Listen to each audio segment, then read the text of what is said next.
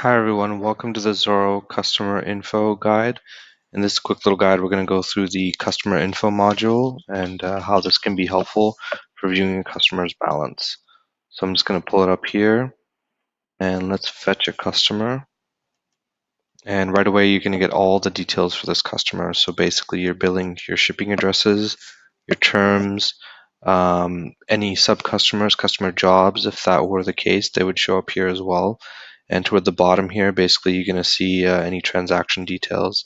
So basically, you can actually drill down to any of these transactions, open them up from this module, and you can even select the exactly which transactions you want to see. So for example, if you don't want to see invoices, I can do something like that. Or if I only want to see invoices, I can do something like that.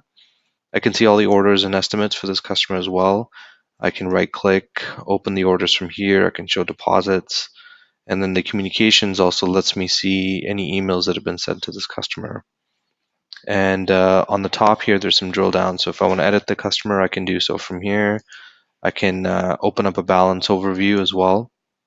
So this is going to show me in detail the balance overview for this customer. So whether this customer is a defaulter, if they have any overdue invoices, if they've exceeded their credit limit, any pending invoices that have a balance on them, any pending orders that aren't in shipped or closed status, and your total net balance as well, which is calculated from the above right here.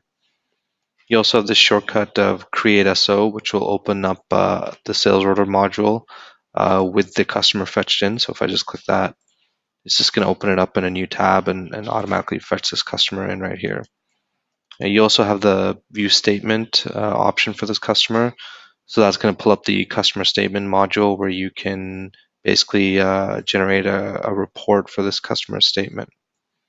And on the top right here, you have the balance of the customer. So if I click on this, it's actually going to show me exactly how this balance came to be, comprised of due invoices, the credits available, and the deposits available. And I can click on each of these and each of these four numbers here, and it's going to drill down exactly how this number came to be. And if I click on the total, it's again going to drill down exactly how that total came to be for this customer. And I can do that for any of these numbers right here. So the customer info module is really great for seeing all the details of a customer pretty much in one screen.